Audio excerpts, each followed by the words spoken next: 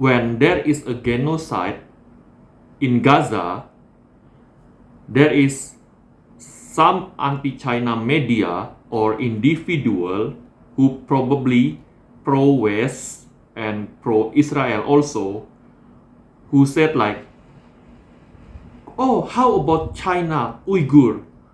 Why no one talk about genocide at Uyghur by China? Animated if the Jews are involved. And I can tell that for the following reason. I mean, your surname's Uyghur, isn't it? 1 million Uyghur Muslims in China have been put in concentration camps in the last decade. And people of your ilk never really care about that, do you? Because it's not the Jews doing it, it's the Chinese Communist Party. Now, I think it's the other way round. You know, before this Gaza war,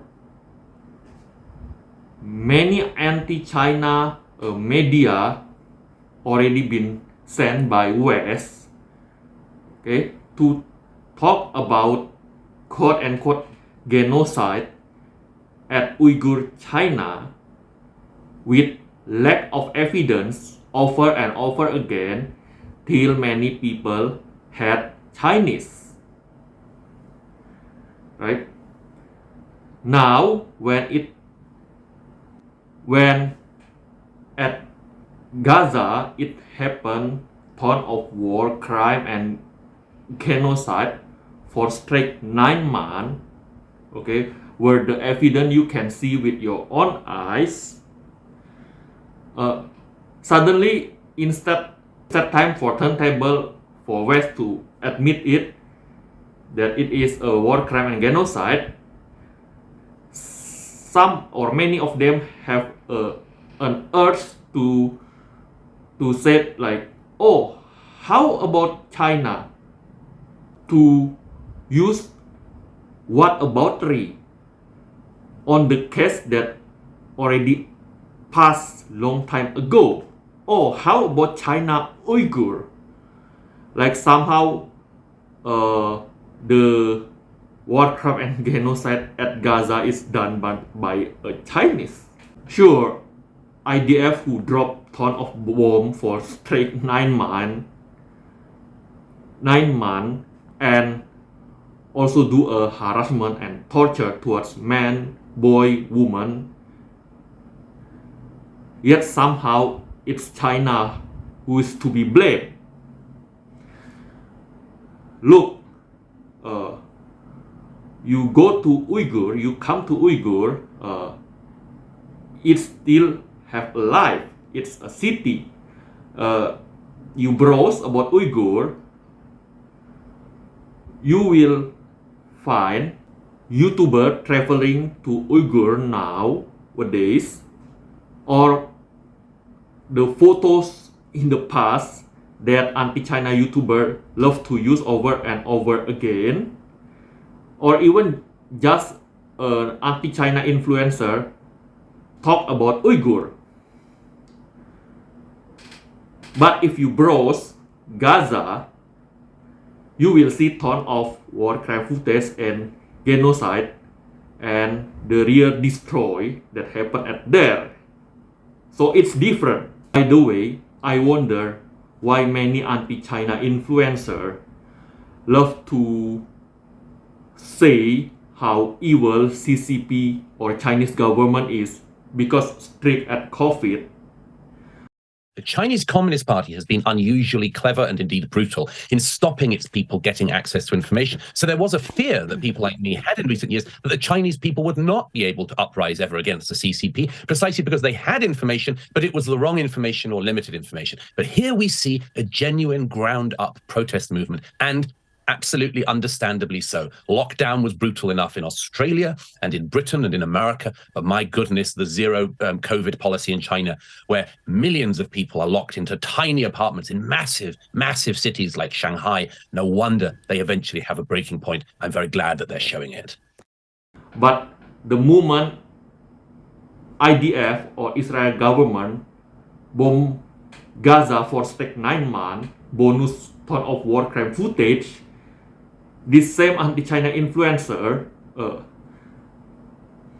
praise it or justify it or celebrate it or jokes about it, or even pop up at TV defending Israel government, like somehow they just strict during COVID.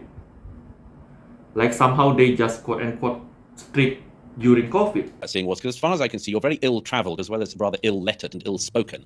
And I mentioned that I cover wars and go to wars because I happen to think myself that it's worth seeing things with your own eyes, including things that you don't particularly like, but you report the truth. I don't know if you ever even leave your own bedroom. And I can tell already that you don't because you've already said... Now, about excuse that they love to throw is, oh, it's justified to genocide or do war crime at Gaza because of quote-unquote harassment.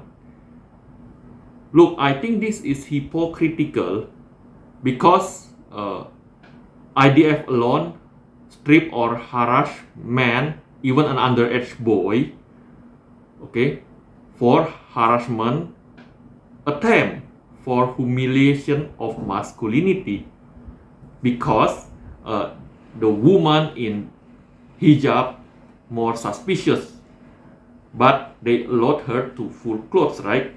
And only strip a boy in tank top or short. Another is like IDF female staff instruct two soldiers to quote-unquote Sodom man with metal stick, which alone is a rape. Remember, New York Times said many been released after being tortured and harassed because they are a wrong target. And about a woman, like there is a Gaza woman who during interview say they also treated badly by IDF. Also not justified you to throw explosive rocket to Gaza that kill a baby. By the way, compare these two videos from same people, how he portrayed the genocide and war crime at Gaza by IDF as somehow self-defense. Yet we've seen time and time again through the Israel-Hamas war that Israel is willing to make trade-offs from the loss of soldiers to the loss of equipment to the loss of international standing and more in order to ensure that the enemy that attempted to destroy it once can never do so again. Israel, while a quote-unquote genocide at Uyghur by CCP as somehow like it's an evil thing, although the basic is actually the same. You know, there is some people who make a mess, okay, and China catch the people who make a mess, okay, but no ethnic cleansing, okay, and no war crime footage like happened at Gaza. truly autonomous or even independent Xinjiang, owing to the strategic importance of the region and the mutual distrust between Uyghurs and the Chinese government. The CCP needed to quash the political violence before it got out of hand. As a result, all Uyghurs in China were tarred with the same brush of suspicion by the Chinese state as potential terrorists and extremists. The revelation that several hundred Uyghurs had traveled to Syria to fight against the Chinese-backed al-Assad regime only fueled Beijing's suspicions. To Radio Free Asia, if the Uyghurs they spoke to had fought in Syria, common reasons for leaving the country were the wish to not fight another people's war and the belief that Islamic militant forces were unlikely to back an insurgency against China. In 2014, PRC President Xi Jinping visited Xinjiang in solidarity after the upsurge in violence. According to documents leaked to the New York Times, he directed local officials to respond with absolutely no mercy toward the Uyghurs. From this moment, there was a fundamental shift in the way Uyghurs would be treated by Beijing, and whilst plans to persecute the Uyghurs go back as far as the 90s, 2014 represented the year Chinese state action against the Uyghurs escalated significantly.